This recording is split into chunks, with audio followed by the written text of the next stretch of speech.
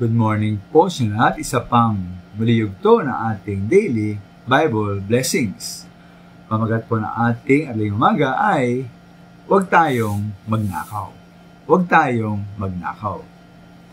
Ito po na ating pong ayaw nakawan ang Diyos, di po ba? Kaya nga, binamagit nga mula sa pulpito, ulit-ulit, gamit ang Malakias 3:8, na huwag nating pagnakawan ang Diyos. Sabi roon, ang tanong ko na motive bang pagnakawan ng tao ang Diyos? Hindi. Ngunit pagnakawan ninyo ako.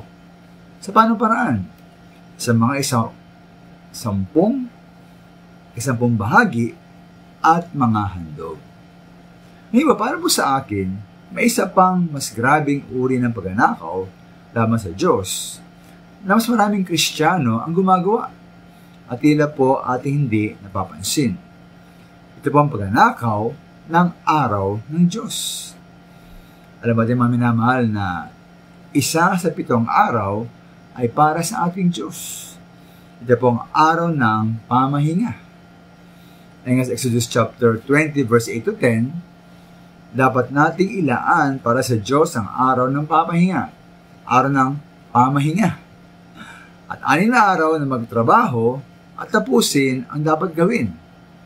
Ngunit ang 7 araw ay para sa Diyos. Nga po sa mga bilang 15, 32 and 36, makita po natin ang inutos ng Diyos na gawin sa isang gumawa at namulot ng mga kahoy sa araw ng Sabat. Siya po ay pinagbabato hanggang mamatay. Ito mga minamahal, niloob po ng Diyos na sa bawat 7 araw, dapat tayong maglaan ng isang araw para sa Kanya upang makapagpahinga.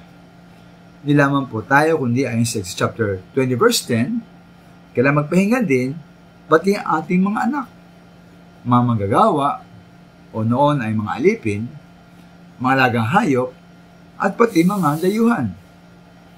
At dahil tayo pinitigil sa paggawa, ito yung kakataon upang tayo magtipon sa panambahan, sumamba, magpuri, at magpasalamat sa Diyos. Ayon po si Hebrews chapter 10:25 na hindi dapat natin kaliligtaan ang pagtitipon. Asa rin po kami nga minamahal, di pamahinga, hindi paggawa, at ipinapahayag din po ang ating pagtitiwala at pagsandal sa Diyos na siya nga magpupuno na ating mga pangailangan. Kaya minamahal, tanong po ay, ninanakaw ba natin ang araw ng Diyos, ang araw ng pamahinga? Salamat po.